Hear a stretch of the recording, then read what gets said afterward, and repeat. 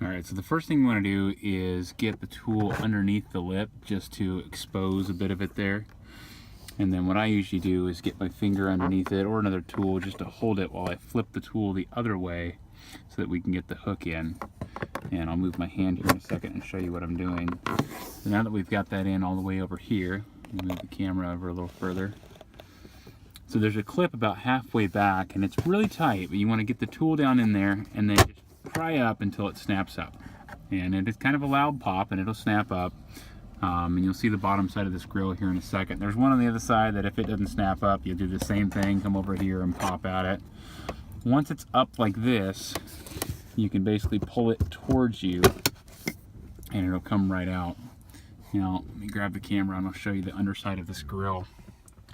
So there are a few clips, there's 4 clips on it right here, and that's what holds it in place. That's the only thing that holds it in place, so as long as you get the tool under there in the right spot, you should be able to get it okay. And now that we see the tweeter, it's a little hard to get a good angle here from inside the car, but essentially this is where we need to start making our little cuts on the sides to get this whole piece out of here.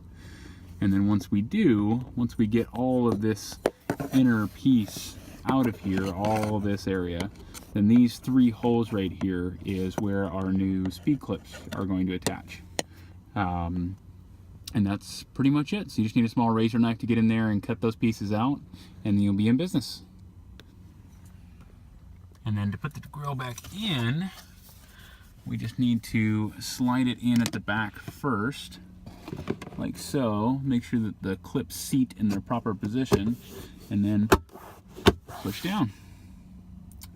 And we're done.